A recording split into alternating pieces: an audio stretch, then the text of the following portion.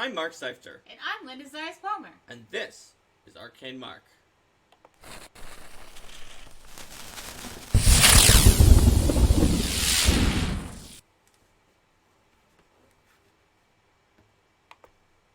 Oops. And that there we go. That is the interview interview title card. Welcome, everyone, to Design Diary Bestiary 5. Woo.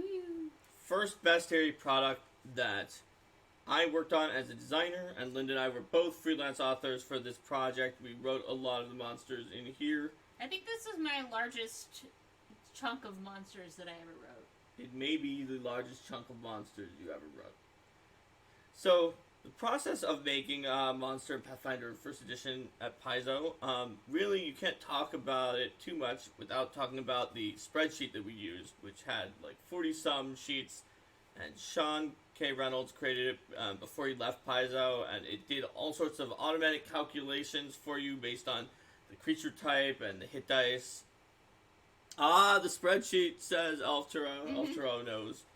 And we just called it the spreadsheet because yes. everyone knew you were talking about that Yep. about that particular feat of calculation engineering. Sometimes when you try to do something, the spreadsheet would sort of respond to you by putting in a message like, "Are you sure you want to take that feat? I really don't think that's a good idea."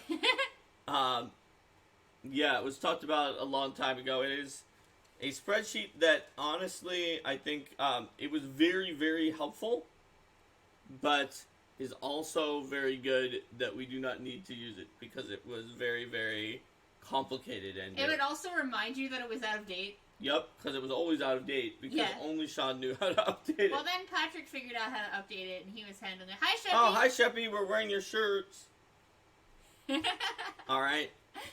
Zathos needs to bribe someone to release Dead God's hand to run at the River Kingdom's rally. I don't think that's going to work, Zathos. All right. So, in Bestiary 5... Maybe if you have it again the next year. Yep.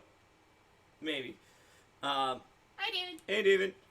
So, in Bestiary 5, just like any other product, you need to use that spreadsheet to make sure the numbers were right. And so the process was you would use the spreadsheet, take that output. It gave you a pretty well-styled creature, style it up, send it in, and then we designers would restyle the entire thing anyway, just in case, because word for back is not always compatible with anything else. Mm-hmm. And we would just take a look at all the monsters. That's the basic principle here. So I'm going to flip through some of these monsters, and Lynn and I will talk about the ones that we feel like talking about. So, for instance, let's not talk about the Aether EX. Yeah, that's actually one of the few that I didn't do either a first or second pass on, so there's not much to say. So there's some new Aeons in this book that are kind of fun. The Lepika, which has its karmic abilities, and the Othos, which is the dark and light one. That was definitely one that we had done by a pair of freelancers, and we knew that they had to make sure to tie it into the sort of Aeon lore and the monad and some of these theosophic principles that the only person in the office who really, really understands is actually Eric Mona. So we need to make sure that it all fit in with that, and I think the Lepika in particular was one that that he wanted, and the Manasaputras that are also in this book were also all tied into some of those theosophic principles. So the Aerial Servant is sort of a classic Lovecraftian air creature. We get to the Agathions, and that one, not only do we have a pickup of the Servanol from previous, I think maybe Chronicle of the Righteous, but also the Reptile Agathion, which Linda wrote. Linda, do you want to talk a little bit about the Reptile? Yeah, so when I was working on the Reptile, one of the things that I really wanted to get across is I liked the idea of the lizards that expand frills or puff out their chins or other things like that to be imposing. I remember spending a lot of time trying to think about sort of how I might model that on a creature that's a good outsider but is also sort of doing this hey thing, and how that would interact with their abilities. And if I remember, it had some kind of like it collected things and was a scholar, so it had some kind of like occultist ability. Yeah, because I was thinking, and part of the reason it took me so long to think about the frill thing is that I wanted to make sure that it didn't feel too much like it was a animal lizard, but that it had sort of its own thing going on, which is why I vastly overcomplicated the scaring thing, and then I decided to simplify it down and then add the relic collector, because this is the first book where we had occult adventures to play with. And to be clear, the themes of this book were occult and a little bit of those weird, strange creatures. Like, you saw the gray alien on the front, so it had some occult creatures and some of, like, the... well, was this the one that had the android in it, too? I don't think it does. I think that was number 4. I think that number 4 had a tech theme. This one is more of, like, a conspiracy... Oh, no, it does have the android. You're right. I'm wrong. There's the android. So... It didn't have as strong of a tech theme as, or maybe it does have robots, but maybe I don't remember this completely. It has some robots. Yeah, it has some robots. So yeah, it has a mini bit of a tech theme. There's a few sci-fi stuff. There's some conspiracy theory monsters like Greys. And some of the other monsters in here, even the ones that are actually mythological, like the Anunnaki, are also part of real-world conspiracy theories. So, yeah, the Agathion fit in with the occult. Yeah, I wanted the idea of a curious and benevolent scholar that was looking beyond things. So it had some features that you would associate with reptiles, but was not just completely fitting with the stereotypes. Hi, Night Fox. Welcome, Night Fox. Then we had the Akkat pick up from Mummy's mask of like this sort of stone that's in the building. That's part of the that's like sort of an Earth servant. The Ahul, yet another bad PR for bats. Bat creature. The Akaname was a fun new one from Japanese folklore. The filth lickers. They just lick up all sorts of filth. It's really interesting to see.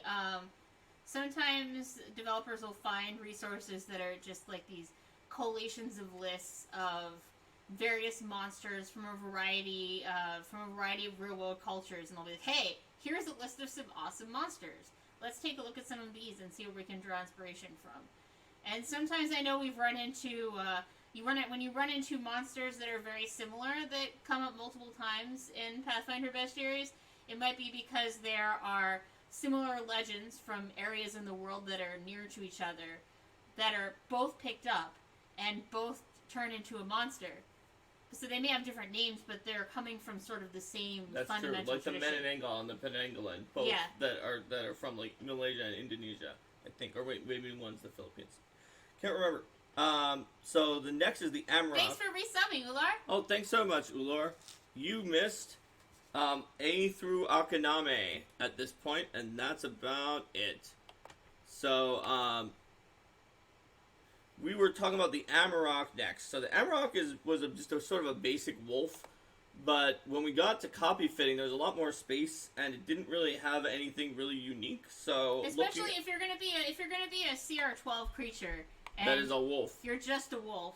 Yep. Then that's not necessarily going to be interesting, because at the higher level of monster you're making, the more you want them to have interesting ways to interact with the battlefield. You assume that players at this point are familiar with the characters and how they work, and they're looking for new... So that soul bite ability that you might remember from the Amarok was something that... Rico, yes, that's true. I remember Diaries by Memories of Tudfifth too. Kind of. Yeah, Amarok's lawful neutral, and based on its folklore from Inuit mythology, I added in this soul bite ability that sort of fit with what it was supposedly doing. Well, we wrote this in, like, what, early 2015? I didn't write the Amarok. No, I added that one ability. When we wrote these guys, so the monsters that we did write, though. Yeah. Because, like, this says it's published in November 2015, so yeah. So it would be early 2015. Early 2015. So yeah, we're going back about 4.5 years of freelance in our memories of like, oh yeah, I remember when I worked on that thing. So the Amphitheater is a very basic dragon. The android's just an android with class level. Mm-hmm. The Animos is one that I wrote. Is a very long and complicated creature that uses kineticist style blast abilities And also had cardinal wind abilities that were actually added in copy fit, like during an editing process. Oh, that's pretty cool. Yep. And the cardinal wind abilities there take up almost an entire column. Yep. So it just goes to show how much change things can make in copy fit. And if you look at page 21 there with the art and the way that it's centrally placed, I know we've talked about this before, the idea that if you have a centrally placed piece of art versus a piece of art that is placed directly in the column, and it makes a big difference in space, and also the size of wings and banners and spears and instruments and things like that make a huge difference. So you just don't really know. You just don't really know how much space you're gonna have. So I mean, it is a 2-pager, but this Animos, it has a ton of abilities. The Earthbane weakness, all of these infusions, manifest thunderbolts, a wind orchestra that it can summon up, and a bunch of lore as well. It's just it turned out that it was kind of narrow and fit in between the columns and didn't take almost any words, because we can budget for hundreds of words to be taken up by the pieces of art, but that Animos did not take up very many. Props to the art team for placing that on that page too, because usually when you have someone who's holding a giant spear, it's like, oh no, not only did they take their column, but they also take part of the next one. So we had the Belize and Coral Angel pickups from Chronicle of the Righteous as well. I think it was interesting to see with these, like with the Coral Angel, the change in the art, because I remember the original Coral Angel almost looked like a little doll. Mm-hmm. And had a bit more of a comic tone, so I imagine like when they were doing the order for this, and they were like, no.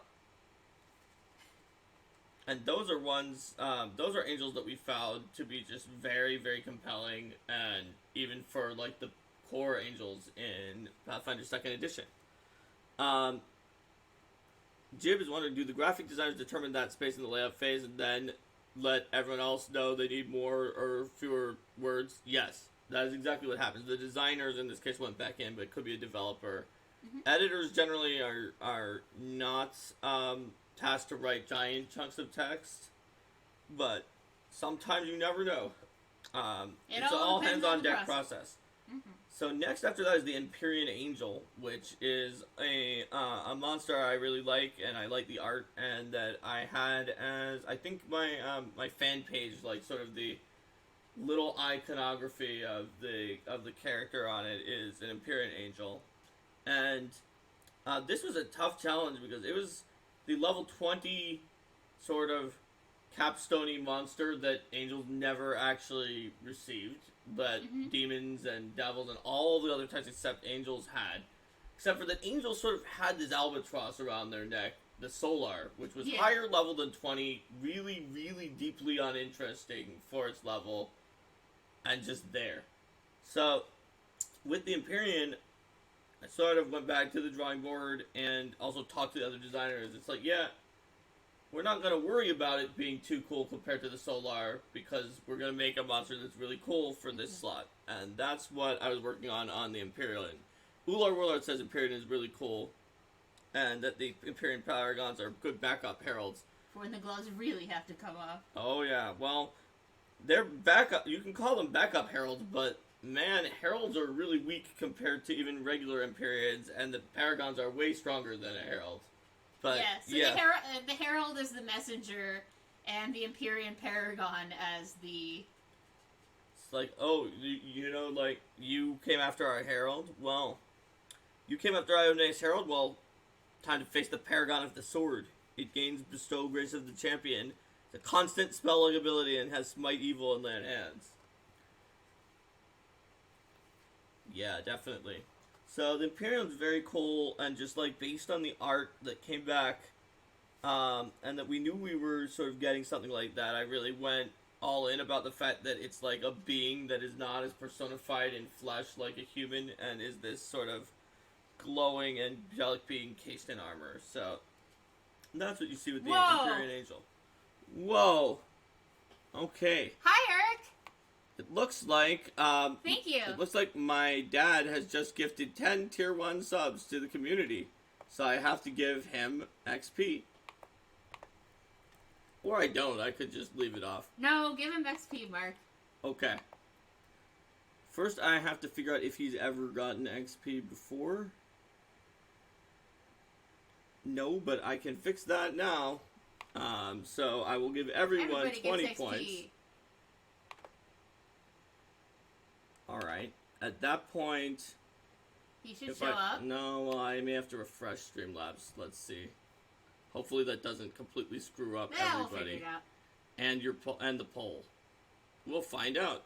On this next exciting episode of Troubleshooting Streamlabs. Hey, that wasn't troubleshooting. It wasn't Streamlabs' fault that I decided... Well, I mean, it is completely their fault that they're not giving XP and that therefore people don't show up. Like I said, in the next exciting episode of Troubleshooting Streamlabs. Wait a minute. Now it's sorted by number of points instead of name. But Alrighty. the name button. Yes. That is true. Okay, so that plan that I had didn't work, but we'll give him XP later. He doesn't need Don't XP. worry, Eric, we won't forget. If he wants to ask me a question, he can just send me a chat. Alright, the poll's fine. We'll answer your questions whenever, Eric. Alright. And Author's Tale, thanks for the subs as well. So, we will... Oh, the poll is okay, good. Okay, that is a lot of Oh my subs. god.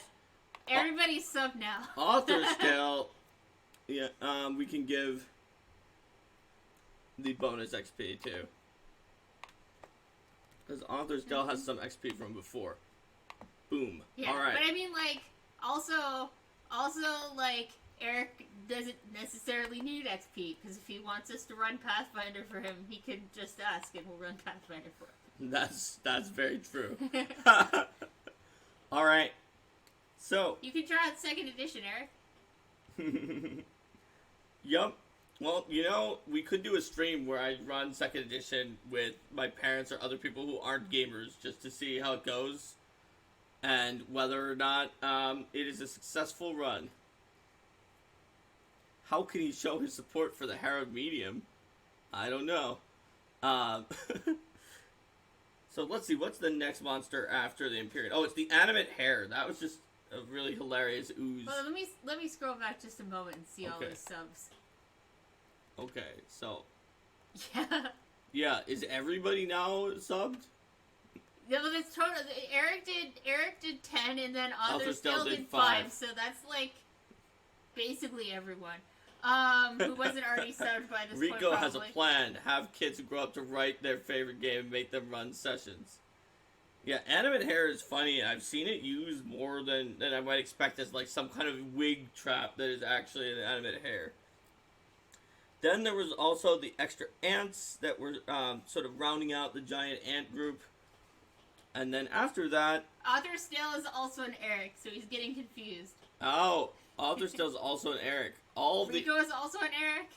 Rico is an Eric and not a Rico. I thought Rico the Bold was Rico the Bold. What? Everybody's name is Eric. But maybe Rico is Enrico, and maybe Enrico is Eric, so that's what it is. It could be.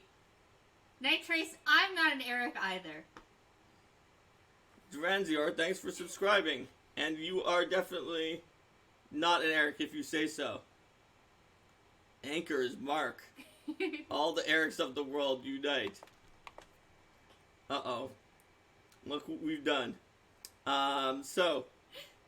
Can somebody post a squirrel emoji, please? I think that's fair at this point in time to post. Alright, so. The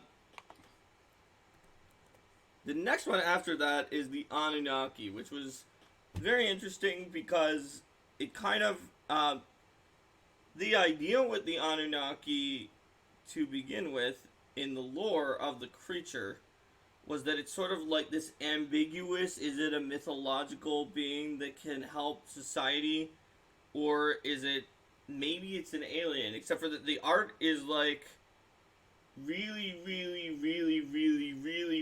an alien.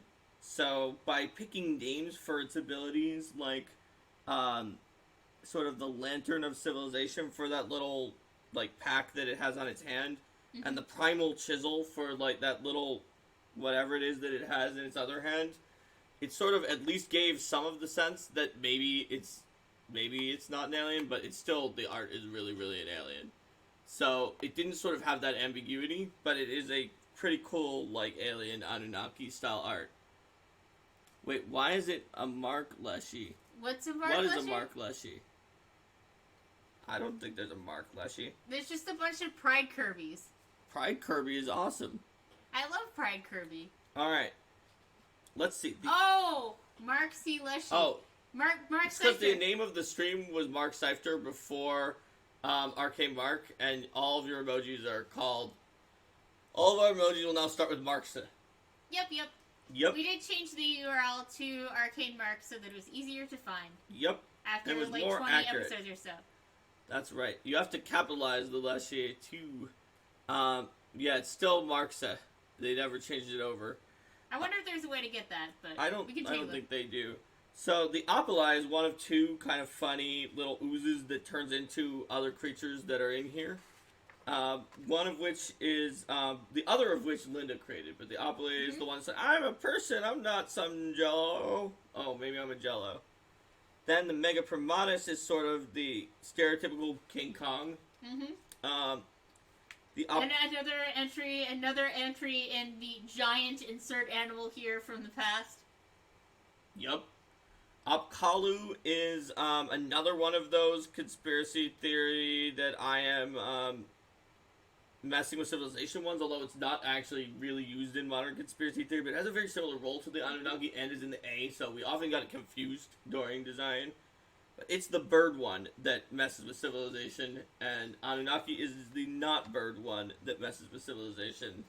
Thanks for the gift sub, Ular. Yeah, thanks. Alright. I see a mention of sub-only chat. I didn't see what happened before that, but on our Discord, invite.gg/arcanemark, we do have the secret subscriber channel. It's the secret Leshy channel. There's a secret Leshy channel. If you are a subscriber to Arcane Mark and you connect your Twitch account with your Discord account, then you will be automatically added to you will automatically become a subscription Leshy, and you will gain access to our little secret subscriber channel.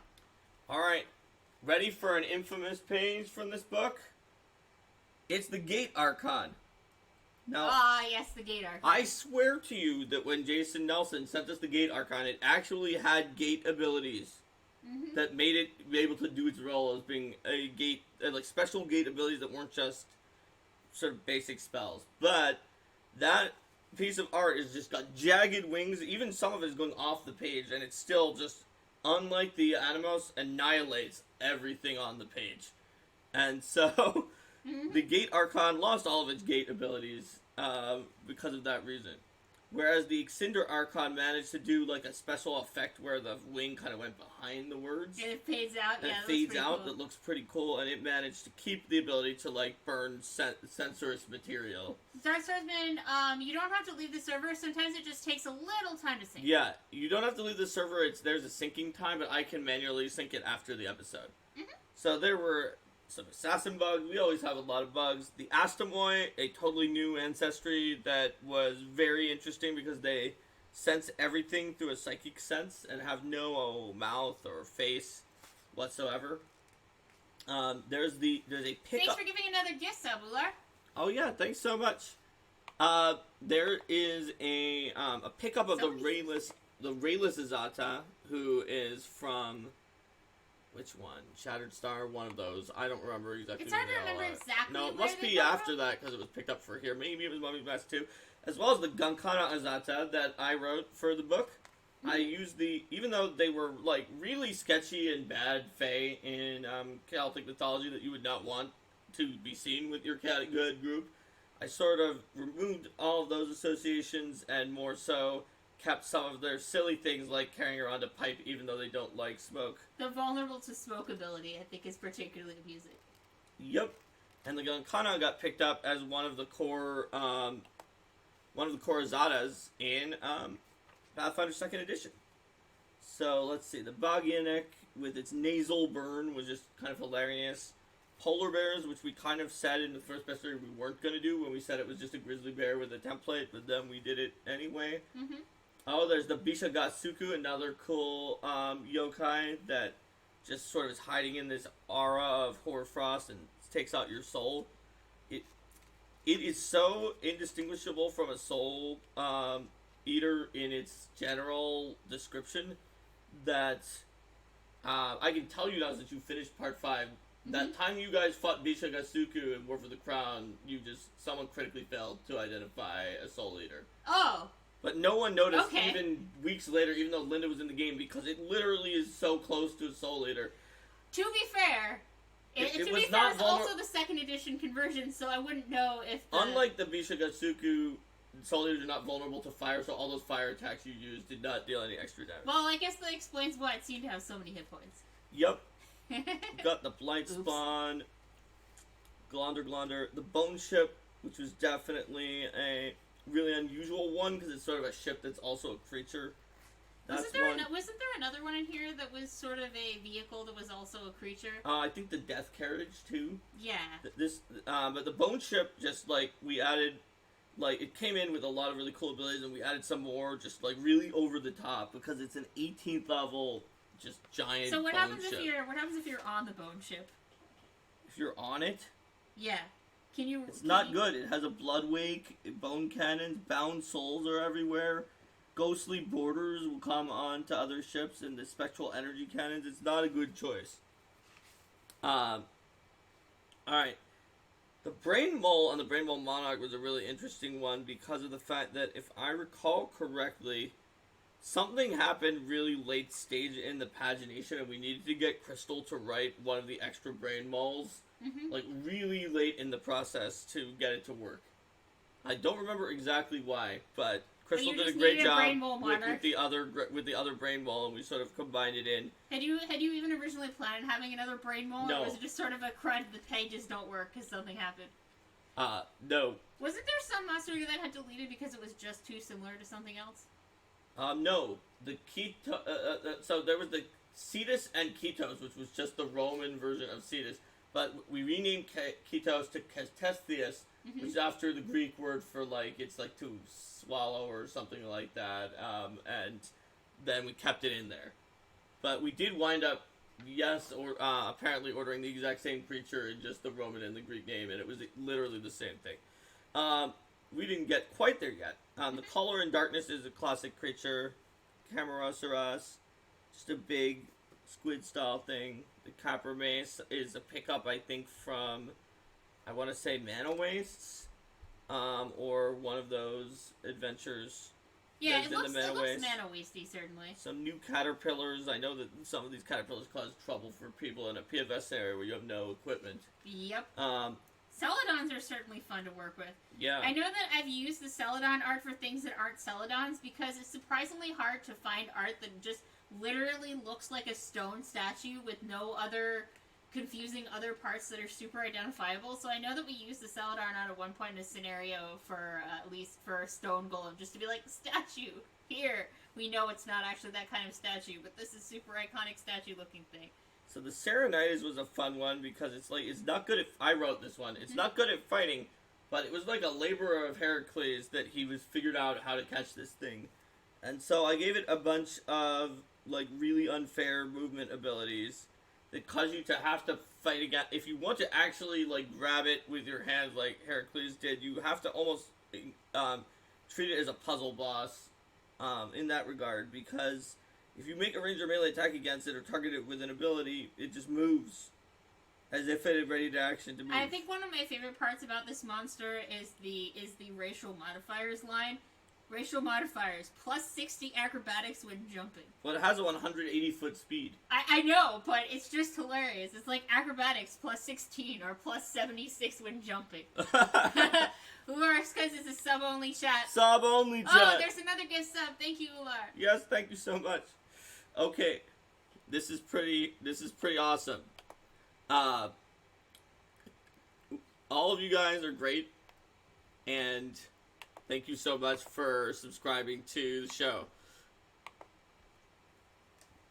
And thanks to all of you who have joined and have gotten your subscriptions here. Be sure to thank everyone who's sending the subscription and join us on the Leshy chat. Stubmonkey says, give an Akitonian blade and watch those 300 plus acrobatics checks. Oh boy. Woo! Alright.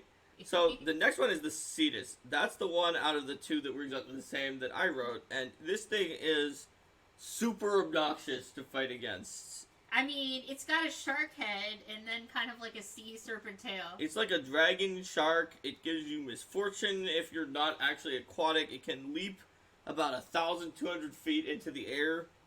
In case you're like, oh, well, there is a water monster, I can just fly above it. It can't. Ah! But I have an important question. What? Who would win in a fight, a Cetus or a shark shasa? Cetus. Also, it has a dispelling bite that is infused with magical sea salt. That just sounds painful.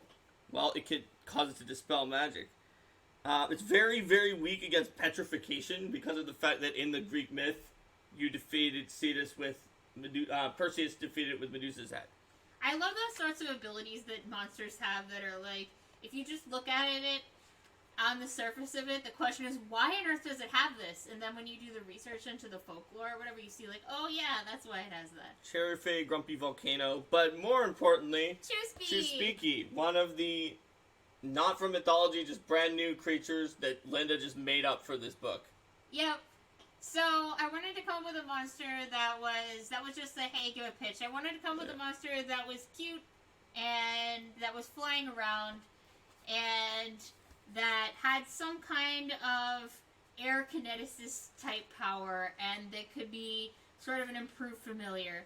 And I know when I was working on this one, I know I've been asked, like, did you make the name because it sounds kind of similar to Pikachu? And absolutely not. I actually was a little embarrassed when I found out how similar it sounded to Pikachu. Just like, oh no, that's not what I don't even think it sounds that much like Pikachu. People are like, people are like, oh, it's like a little mouse and it sounds like Pikachu, and it's like, no, that's not where the inspiration came from. It came from doing etymological research into certain areas of the Andes near where I was looking at like where do chinchillas originally come from, and then I was looking at languages from that general region and some of the phonemes, and then I tried to like kind of make it sound like it was a creature. I really like the way that the fan toe works out, and the idea that there's just this little mouse creature that's basically got a hang glider that's actually its tail, and it's just going like.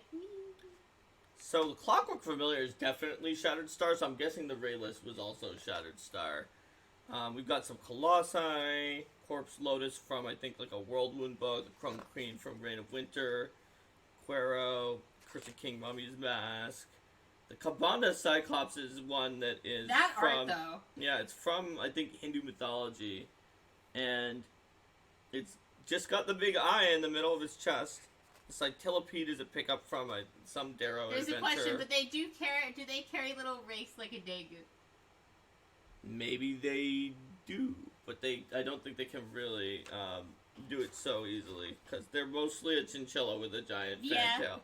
They're not particularly strong. They're just kind of playful and cute creatures. So the Caligni first got their actual name as the Caligni here, with the playable version that Wes wrote for the book. He had also written this Celadon that we were talking about before, and that really sort of... There've been more and more of these Caligni type creatures, but getting the playable version really solidly hooked in, it's like, oh my goodness. This is an extremely West-like spread here. Because it also has the Death Coach, which would be useful for Bastard Hall. So he didn't write the Death Coach, I don't think. So the next spread is instead a very James Jacobs type spread, and he did write them because it is the Deep One and the Deep One Elder. And the Deep One Hybrid comes after that. The Delgath sort of is a flaming elk. We've got the Demodans, their pickups from before. We pick up Abracadabra, and actually Abracadabra. But I call it Abracadabra. And Cambion Demon. Seraptus we have a lot of nicknames for various creatures, particularly if they appear on cards in the Pathfinder Adventure card game, because then we find ourselves saying them all the time. I think Abracadabra was because my Paladin's not very smart and I was playing Owen's Wrath of the Righteous game. Well, I still like some of the things that we had from the Adventure card game, like the Blessing of Baphomet. Like the Blessing of Baphomet. That's also instead of Baphomet. Yeah. Or that's also from my Paladin. Yeah. Who called him Baphomet. Yeah, I guess it is from your Paladin, and then Etch-a-Sketch for Etch-a-Sketch is actually from Roger's. That's character. from Roger's. Anyway, I think we just come up with a bunch of these names, and then they just. Hello, Nohar. We passed the shark type creature already, but there may be more sharks. So the Devastator is a pickup from. Nohar, have you seen the Shark Shasa stats on the Discord? That's right. There's some pickup devils from Princes of Darkness. The Digmaul is a sort of cryptid type creature that I think pretty sure Adam Daigle wrote the Digmaul. We've got some dinosaurs as usual. Mm-hmm. The Doppeldrek is the shifting ooze creature that turns into a thing that Linda wrote, where they gain limited sentience as they turn to like a dog rather than a person. I really like the idea of a creature that can not just take on the physical forms, but can also take on those forms so innately that it gains some of the abilities and capacity. Particularly the idea, and this was way too complicated to write out as a full, set of rules. Like, hey, this could possibly be what it would mean for them to be able to transform into, say, the form of a human or an elf and then gain human or elf-like abilities. So I just decided to put, hey, here you go. Here's some general guidance for that. Ular is continuing to keep it as sub-only chat. Oh, man, that's sub-only amazing. chat. Thank you, Ular. The sound for subs is off? Or maybe Dark Subs was saying they turned the sound for subs off because there are a lot of subs. Unclear. Or subs sound off because no, they want the sound off everyone who's a sub. Oh wow, thanks, Altero. Oh, thank you, Altero. Even more subscribers. Have you kept track of all the ones that Ular's been doing one at a time? I did. I've been putting them in every time. Is this an effort to extend the episode as long as possible by requiring us to give everyone XP? No, I like it. No, I love it. You can do it. I don't even think it was. I was doing it very quickly when Ular was doing it. You didn't even notice. Sweet. All right. I did notice. All right. So, then there's a bunch of Esoteric Dragons, which were really cool, and then didn't have like any of Steven's original flavor text about them because it's dragons, and that always happens in PF1. Oh, dragons! Dragons get like one line. It's like I'm a dragon. Like, seriously, I know the thing I love most about the PF2 Bestiaries is like the cool abilities. Mm-hmm. But the fact that dragons have enough space for their lore is in my top 10, even though that's such a small thing. You mean you don't want a dragon that's just like red dragons live on mountains and breathe fire? Yeah. Dragon can pick up from Reign of Winter. We had the Aether Drake, which is brand new, as well as the Jungle Drake. And the Aether Drake is one of the only creatures, turns out, that your Aether Kineticist can use the Elemental Grip ability on, because it has the Aether trait. So very Jungle specific. Drake, the Duppy from Skull and Shackles. It's so hard to remember what a Duppy is to me, because it sounds so cute, but it's a really horrific drowning ghost. Like a little, I don't know, like something that's like really puffy and has like short little fins, like maybe a baby seal or something, but instead it's like an undead that would eat baby seals. The Dwyrgiath is from Wrath or World Wound. I can never get them apart. Oh yeah, the Echinias that sort of hooks onto your ship and slows it down from Greek mythology. The Agrigore was a really complicated one to work on as a designer because it sort of is like this weird hive mind formed from a cabal of ritual using occult people. They become more and more powerful the more people that join the cult. Aether Elementals are another one that I designed, and I feel like that one of my biggest mistakes was forgetting about the fact that many people just allow you to summon any elemental that comes out after the core, because they are fine as opponents at this level, but they are really outrageous for summon or like familiars or other things like that. What about that CMB though? Yeah, elementals are just very hard to hit with the CMB. Oh wow! Thanks, Unfortunate Pumpkin. Gifting subs now too. Yeah, a lot of elementals just have ridiculous CMB. Like if you compare them to some of the other elementals, they're not like outrageous, but as an opponent, but as something that a PC has, they are quite outrageous. So, whoops, my bad. In 2nd edition parlance, perhaps they would be the type of creature that you would make uncommon, so that you would not have PC summon. And they are less common because they're not like pure element. They're formed out of Aether. Mm-hmm. There was I saw something in the chat I wanted to... okay. Let's see what it said. Real quick there. Sub only show. Oh, how can I make the Shark Shasa a level 1 creature so I can throw it against my players on Saturday? Are there tieflings for Rakshasas? I mean, there could be. So you could make a Shark Shasa Shasa like a tiefling. Shark Shasa tiefling, maybe? That's like like a merfolk Sharkshasta Tiefling, or use a low-level Sea Devil to give it some of the Sharkshasta ability and say it's a Sharkshasta Sorcerer. Let's see. We had the Emotion Ooze, that was like, I think, I want to say Alex Riggs. The Encantado from, is from Latin American mythology. The Italian, I think, is from Finnish mythology. A whole bunch of familiars, like usual. And the Fastachi. That's where Linda got to design the, at the time, I think, highest CR tiny creature. The Fastachi. Oh my god, yeah. Trying to, it's Whoa, like, okay, here, it's I'm gotta not be doing tiny. a good job at this. And... There we go. I went over into the light better. There we go.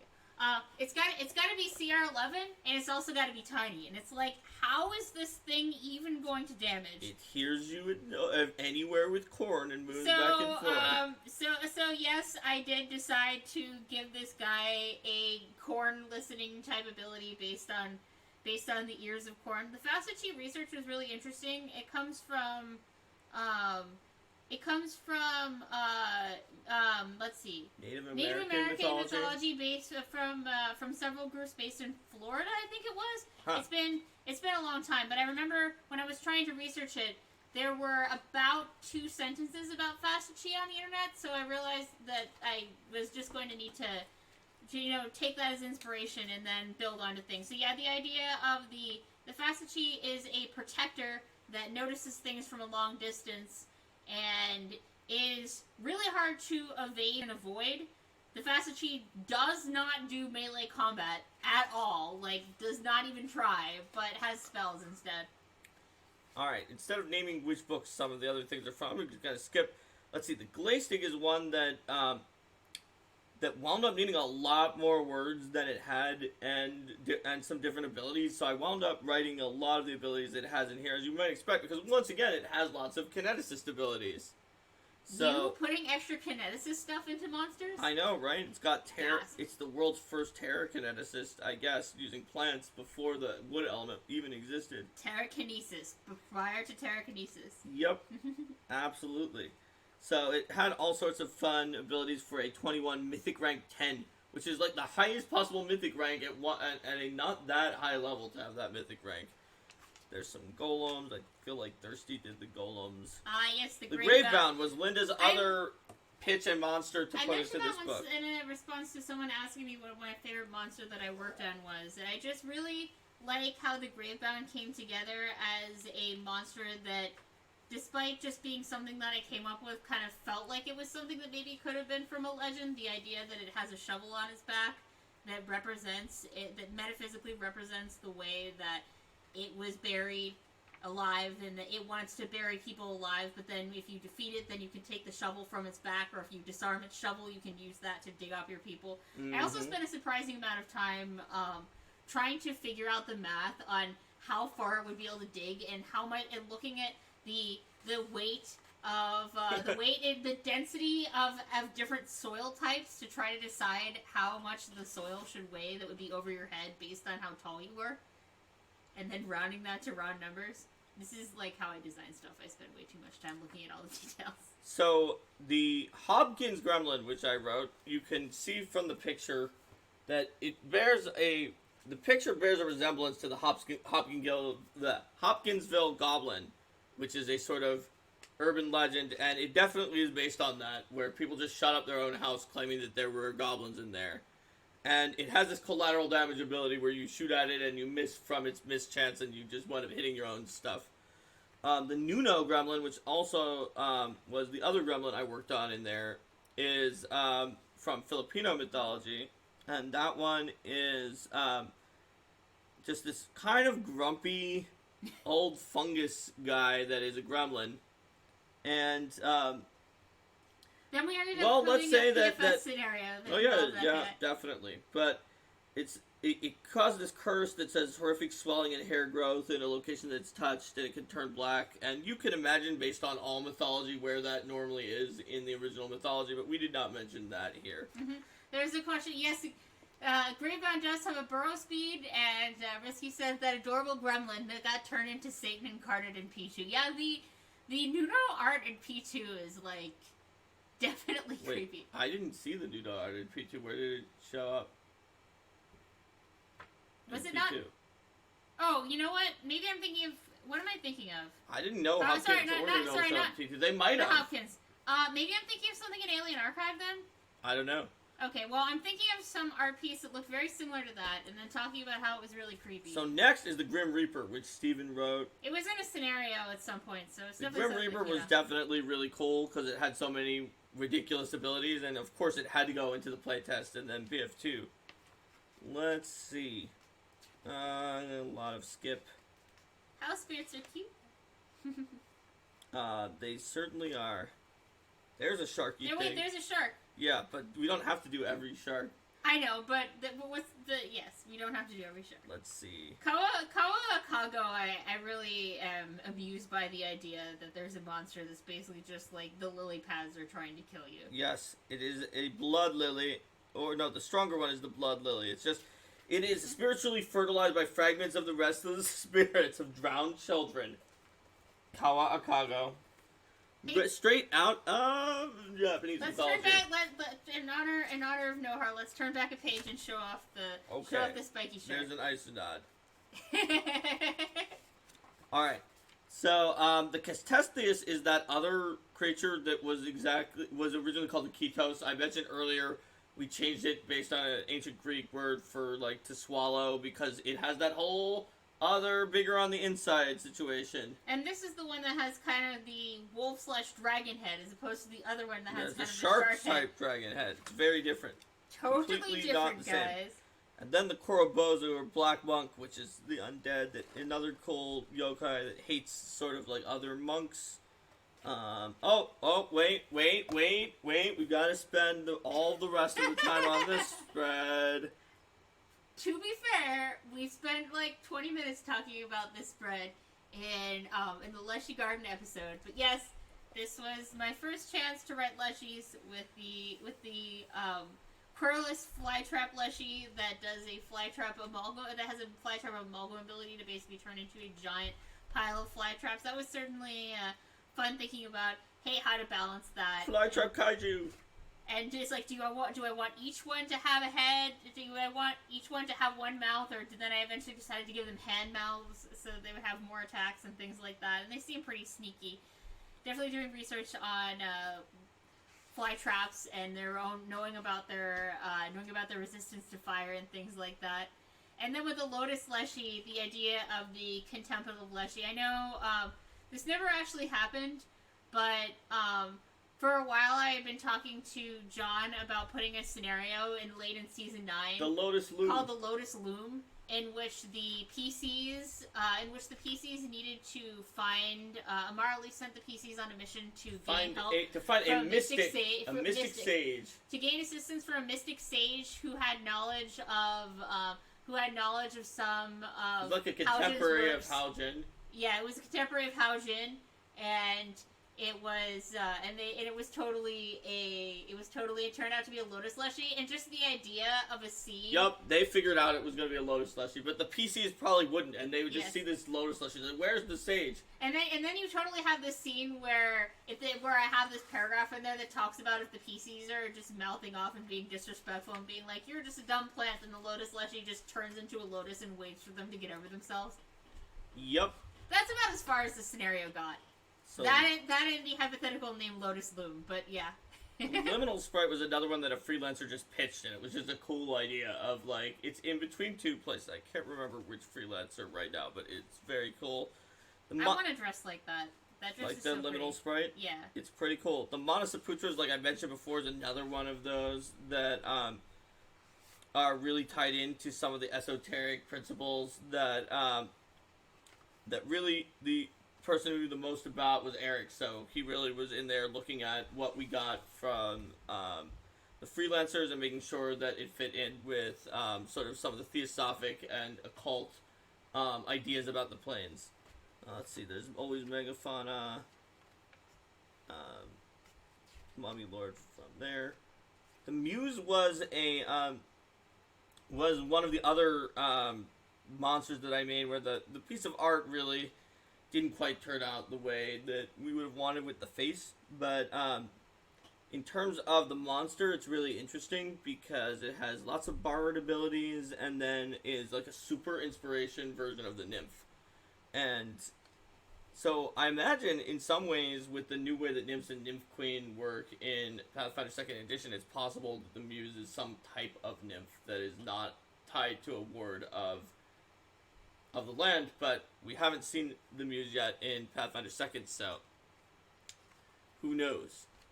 Let's see. Alex says Manasa Putras and Samsarans could be tied together. That's true. There's also the Luska, Yeah, I can which totally is see more that. sharks. There's always more sharks. Always more sharks. Yes, there is. Oh no, is that the one that? The null mine, Oh the no, that's fungus? not the one. What's the one that pretends to be like a friendly stump with a squirrel on top? Oh, and then that's the kills you? Wolf in Sheep's Clothing. That's from an earlier one, Oh, okay. but yeah. Let's see. The Unfettered Phantom.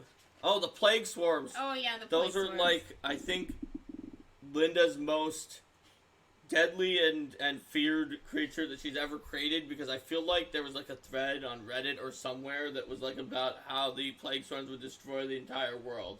Yeah. Um, Well, the idea behind the plague swarm being sort of the wrath of an angry deity that sends down swarms, and it's like if you kill the literally swarm, it'll Old just continue- Testament Yahweh is like, Locust Plague, you guys are done. Yes, exactly. And then so locust plague certainly had to be one of those. And the idea, and in some ways, I think that even though the bat plague swarm has the ability level bleed, which is literally level drain that bleeds off your levels. Locust plague swarm, I think, soul bleed. Yes, soul bleed, which literally bleeds off your bleed of negative levels. I feel like Locust Plague is probably more scary to PCs because nothing is scarier than losing your treasure. It eats everything. Chomp. And then there's the rat plagues that are hive mind. So Yes, they the all rat plague. I'd originally written a spider plague, a fourth so hive it mind didn't swarm. fit. There was a spider plague swarm, and the idea behind that one is that it would infest eggs and the corpses of its defeated foes, and then if you didn't get rid of those in time, then they would spawn into more and more swarms. So there's a question for you about Gorons being related to Leshy. Gorons are their own separate They're thing. their own separate thing. Related to like some things involving necks and magic, and Eric definitely knows all of those details. Yeah, the idea and by Eric, I again mean Eric Mona, and not any of the other Erics Yes. who gave lots of subscriptions during this. The idea behind that spider thing was was in part that I am freaked out by spiders in real life, and so I figured that I would write something that captures at least a little bit of the general way that I feel about spiders. So I did manage to capture a spider and take it outside without freaking out the other day, and I was rather proud of myself for that. Because I don't want to squish them just because I'm scared of them. I know that they're, like, I shouldn't squish them. They eat the bugs and stuff like that, but... So perhaps one of the tiniest and lowest level creatures that I have written is the Pyrausta. Oh, Pyrausta! It's from Greek I love mythology. those I little think guys. is it one of those, like, I can't remember which one of them. One of those Greek traveloguers who's like, I traveled here and I totally saw the Pyrausta that were all gathering around here, like, who made up these creatures that he claimed to have seen. That they're just kind of fun, and they have the ability that has made multiple people, including the editors, when they read it, be like, "Aww," where it's like a heart of flame, a tiny spark of flame that acts as a Pyrausta's heart beats within its chest. Whenever a Pyrausta takes cold damage, including from environmental cold, its little heart stalls. It loses its fast healing and breath weapon, gains the stagger condition, and takes 1 point of damage each round. People are like, "Aww." Don't put out its tiny little heart. It's so cute. Let's see what else we have here. So, If you want to play a Pyrausta, you can. oh yeah, in Linda's Adventure, where one of the PCs is a Pyrausta. Yes. That is Through Maelstrom Rift. One of the PCs in that game is indeed a Pyrausta. Ular Warlord is gifted again. You're now behind. Oh. You gotta stay on top of that. Thank you, Ular Warlord. You are awesome. Thank you. You're keeping it a sub-only chat. Oh, yeah. Oh, yeah. Wait, what the heck happened here?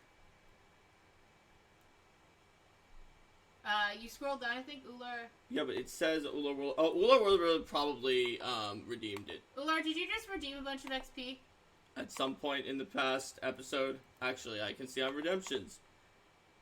Yes! Yes! That happened. Okay. Okay, that explains it. That explains it indeed. Ah, yes, we're making you a level first 1 character. PFS specking into Hell Knight Armiger, assuming it would someday become legal, picking an order from Chainmail or Scourge. For second character, we're gonna do that. Awesome. Sweet. Alright.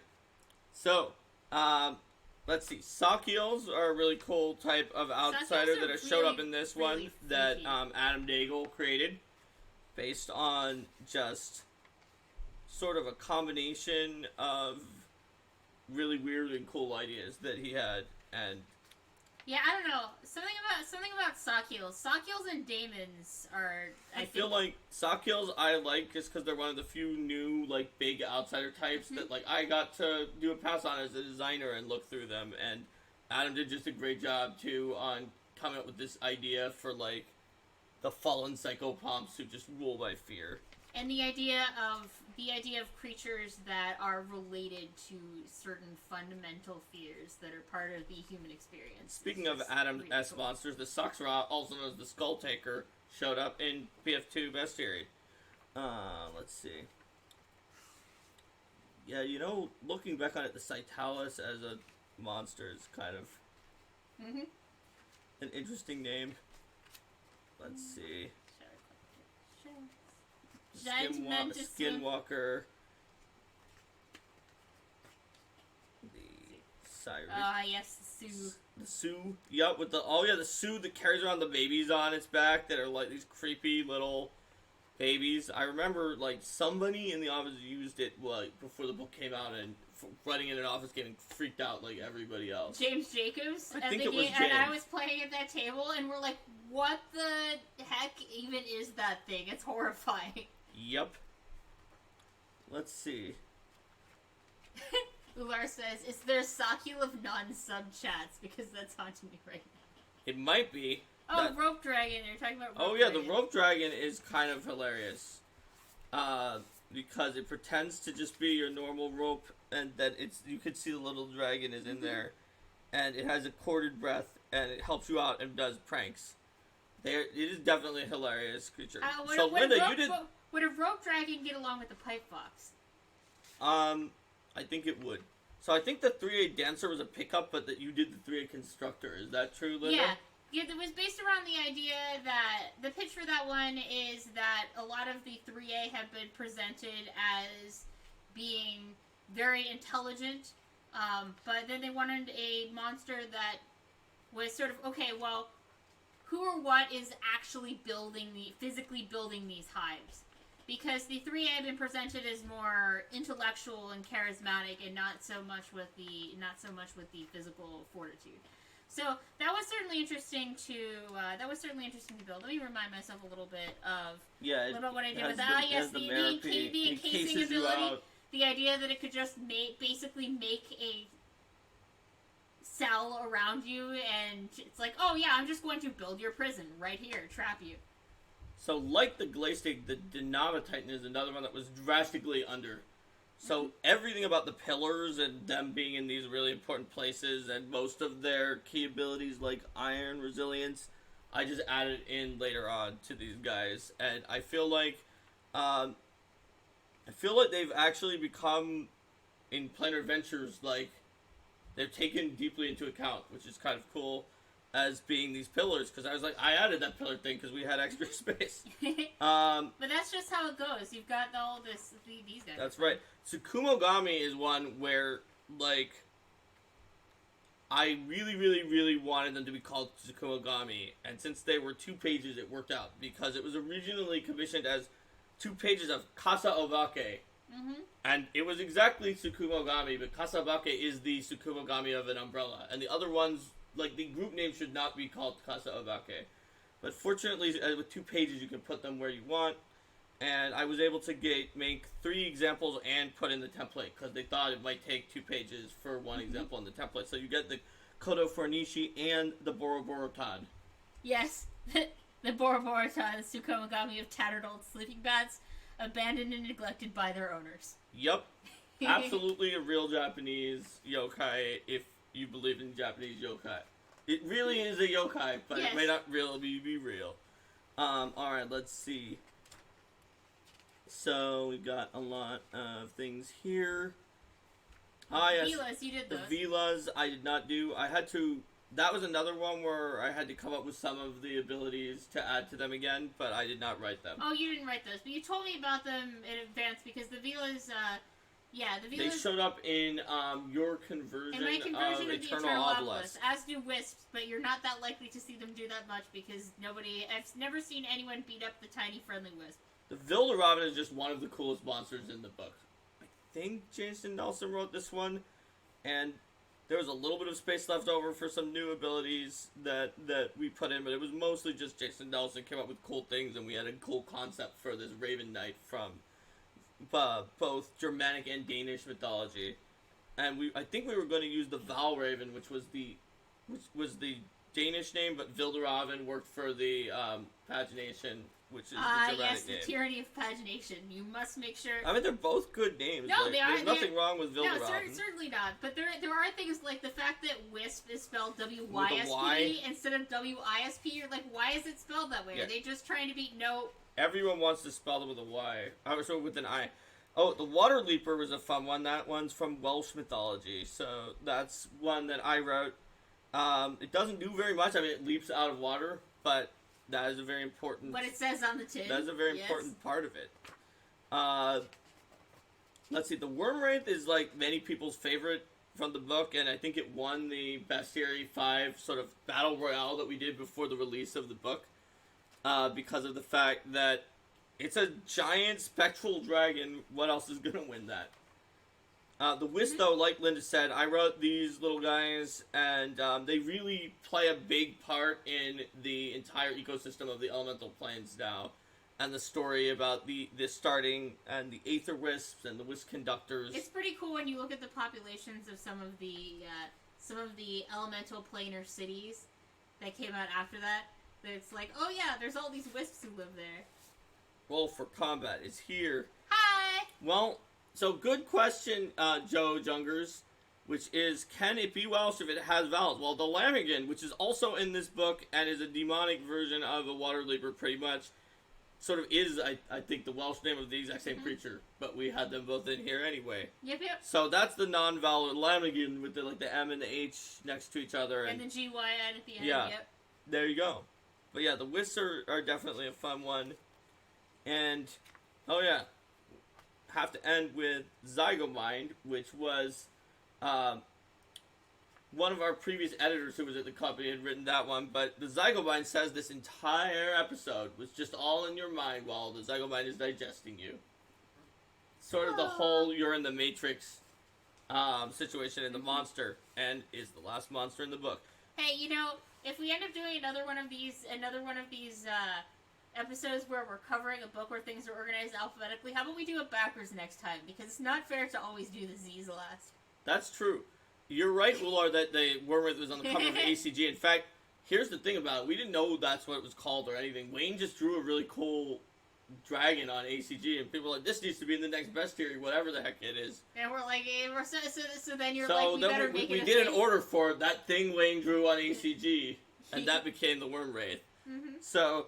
also, in the back matter, the degenerate template for creatures did not exist before, but Organized Play asked for us to add it starting in this book because all they had for -1 was Young, which actually made many types of monsters way harder, while also saying that they were one lower. Alex says, don't listen to Zias Palmer. It's best not to upset the alphabetical order. You're one to talk, Mr. A.A. Hey, you know what? He's A.U. And so he comes... No, A for Alex. Oh yeah, but he comes after A.T. That's true. He can't always be first. Alright, so that is sort of a whirlwind tour through Bestiary 5. There's a lot of really cool monsters.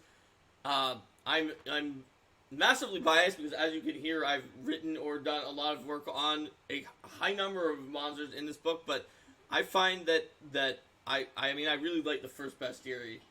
And Bestiary 2 added some really necessary things into the game. But Bestiary 5 may be my favorite Bestiary after that. 3 is also really good. 6 and 4, they're all really good, but Bestiary 5 is one of my favorites. So I suppose the point here is, if you haven't had a chance to, if you haven't taken a look at some of the lore and monsters that came along in the later bestiaries, there is a lot of cool stuff in there. It's amazing how many of these like made it into early in Pathfinder 2nd because they're so important now, or they just became the full name of the creature, like the Caligny. So that is Bestiary 5 Design Diary. Under 5 is the best year. There you go, Possible Cabbage. You have been ninja'd by Mark. Yeah, Elftro says, no, I wasn't ninja'd. Possible Cabbage says it first. I ninja'd Elftro, but Possible Cabbage ninja'd us all. But surprising number of monsters did make it into the PF2 first bestiary. There's a lot of good monsters in the later bestiaries. Not everything is those first conversions of sort of the classic 3.5 monsters. Pathfinder puts out a lot of really good intellectual property in terms of cool creatures. Shappy says, love these art on bestiaries, what led me to do art for a living. That's so cool. Like, I love the art in bestiaries too. It's a cool coffee table book, even if you don't play the game, to be like, look at all this cool stuff. It was a great trip down memory lane, so I'm glad you guys joined us and asked to do this one, just to remember back into early 2015 and then late 2015. And later 2015, all about these kind of monsters. So, let's say goodbye to YouTube. Bye, YouTube. Bye. See you next